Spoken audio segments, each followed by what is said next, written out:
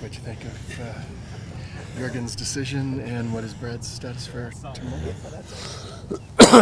Obviously, Brad's back. He trained with us today, so we'll see. I mean, they've had a very intense week of training. They really haven't had any days off, so we'll see where he's at. Physically make that decision tomorrow.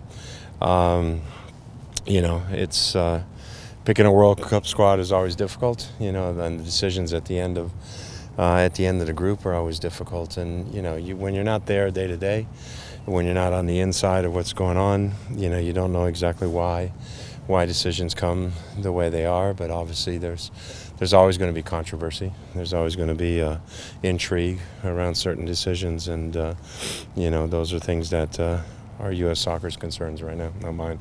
Aside from physically, did you get the sense that Brad is ready mentally to drop into an MLS game this quickly? You'll see. It's sometimes, that situation is something that takes a while, sometimes to settle in. I know Chad Marshall and me talked about it when he went through it in 2010. I know when Taylor Twellman went through it, we talked on the phone a few times in 2006. I was there as an assistant coach in '94. Was part of informing some guys, on those decisions and being there. And, it probably really hits home the first time you see the team play and you're not part of it. That's when it really hits home. But there's still a ways to go. You never know what can happen. Injuries can happen. And all of a sudden you think you're out, and all of a sudden you're back in. You never know. On the other side of that, DeAndre getting in, what does that mean for him at 20 years old? It's fantastic for DeAndre, and his situation. As young as he is, as inexperienced he is right now at the international level, to get that opportunity and to get that exposure. And, we all have a lot of faith in DeAndre's talent level and his ability, and I think he's made great strides that he's played here. I think there's still things he can become better at. I'm sure Jurgen feels the same way, and I know DeAndre feels the same way. But he's continuing to grow, he's continuing to develop, and this is just another step in that development. How about for this organization? What does it mean to have someone come through the academy and the first MLS homegrown player? Well, I think it's something, for all the kids in our academy, for the kids in the Seattle area to look at and say, like, hey, there's a path here. There's a path that leads not only to professional soccer, but there's a path that leads to the World Cup, and and there's obviously there's money involved, so he's going to make a nice bit of change. I remember Frankie Hayduk bought a Hummer, I think, with his first World Cup bonus. I don't know, I'm not suggesting that for DeAndre, but it certainly represents a pathway, and I think there's only been like four Seattle guys or Washington guys that have actually played on a World Cup team. Chris Henderson being one. I mean, Casey Keller is a Seattle guy to a certain extent as well. I'm trying to remember. I'm missing one. Marcus Hanneman is another one, and obviously now DeAndre. So.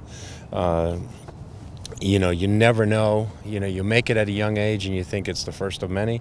You never know. So you got to experience them and you got to enjoy it, and you got to make as much use of it as you can in terms of it being motivation for you, not being how can I say it, a gift for having done well. What's your read on how Brad took the news? Aside from maybe being ready to play, did he? I've known Brad a long time, and not just Brad, but any player. What you're going to do is you're going to try and it's that stiff upper lip or whatever, and you're going to try and put a good face on it, and you're going to try and be strong. But there's pain inside. If you don't walk away with some pain inside, you're not human. And it's going to take a little bit of time, but he's a strong guy. He's a strong character. This team means a lot to him. This organization means a lot to him, and when he steps on the field, he's going to be 100% committed. Judging from Twitter responses, the Sounders fans reached out to Brad with a great deal of affection. How was he received here?